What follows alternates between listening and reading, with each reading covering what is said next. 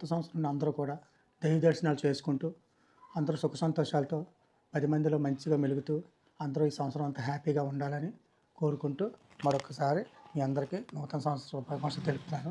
వీడియోతో మీ ముందుకు రావడానికి కారణం ఏంటంటే, రీసెంట్లీగా మొన్న శివాజీ గారు లేడీస్ మీద మాట్లాడారు. అవి నేను విన్నాను, చూశాను. అయితే శివాజీ గారికి నేను ఒక మాట చెప్తున్నాను. శివాజీ గారు ఆడవాళ్ళ గురించి మీరు చెప్పింది చాలా బాగుంది. చీరకట్టులో ఉండడం మంచిదే, కాదంటలేదు. కానీ ఆ మాటల్లోనే 2 వల్గర్ మాటలు మాట్లాడారు.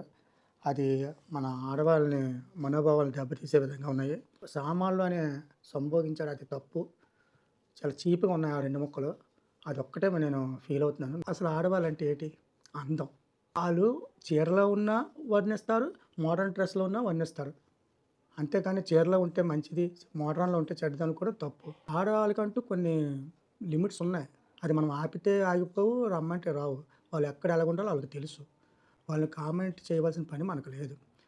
వాళ్ళకంటూ ఇలా తయారవ్వాలి, అలా ఉండాలనే ఆలోచన ఉంటది. దాన్ని మనం ఎంకరేజ్ చేయాలి. వాడు చూసే చూపులో ఆవిడ విలువ ఉంటది తప్ప, డ్రెస్సింగ్ స్టైల్‌లో ఆవిడ చెడు, మంచి అని ఉండదు. అయితే ఒకటి హీరోయిన్‌ల విషయంకొద్దాం. ఆళ్ళు చేసే సినిమాల్లోని సన్నివేశపరంగా అమ్మ, అక్క, చెల్లి ఒక వీరనారి పాత్రలు యాక్ట్ చేస్తారు. దానికి ప్రజలు చాలా సపోర్టింగ్‌గా తీసుకొని ఆవిడకి ఎంకరేజ్ చేస్తారు. అలాంటి హీరోని స్టేజ్ మీదకొచ్చేసరికి కొద్దిగా సీవ్లెట్ డ్రెస్‌లయి యేసుకొనొస్తే కొద్దిగా మానసికంగా ఫీల్ అవుతారు తప్ప ఆవిడ నిందించరు. అంటే చీర కట్టులో వస్తే కొద్దిగా సాంప్రదాయంగా ఉంటారని. అంతే తప్ప ఆళ్ళు సివిల్‌లో ఉన్నారు, మోడర్న్‌గా ఉన్నారు అని అనుకోరు. అలాగే గుడికెళ్ళినప్పుడు కొద్దిగా చీర కట్టులో ఎళ్తే నిండుగా ఉంటదని చిన్నదే తప్ప, అంతేగాని ఎప్పుడూ చీరలోనే ఉండాలి అనుకోవడం తప్పు. ఆడవాళ్ళకి ఎంకరేజ్ చేయండి. మీరు ఎంకరేజ్ చేసినందుకను ఆళ్ళ దృష్టిలో మీరు చాలా హీరోలా ఉంటారు. వాళ్ళ మనసుని మీరు డిస్కరేజ్ చేశారనుకో, మీరు ఆళ్ళ దగ్గర గెలవలేరు. దయచేసి ఆడవాళ్ళకంటూ ఒక రెస్పెక్ట్ ఇవ్వండి.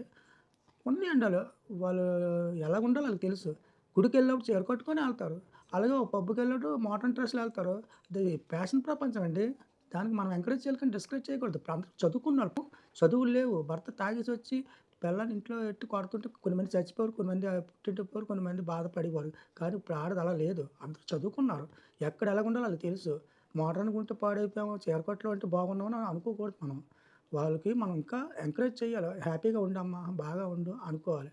అంతేగాని నువ్వు ఇలాగే ఉండాలని మాత్రం అజమాయిషి చేస్తే మాత్రం ఆ మగోడు ఆడదాని దగ్గర ఎప్పుడు గెలవలేడు. నువ్వేంటి నష్టపోతున్నావు? ఏమీ నష్టపోలేదు. మగోడు మనసుని బట్టి ఉంటది. అది నేను కోరుకునేది.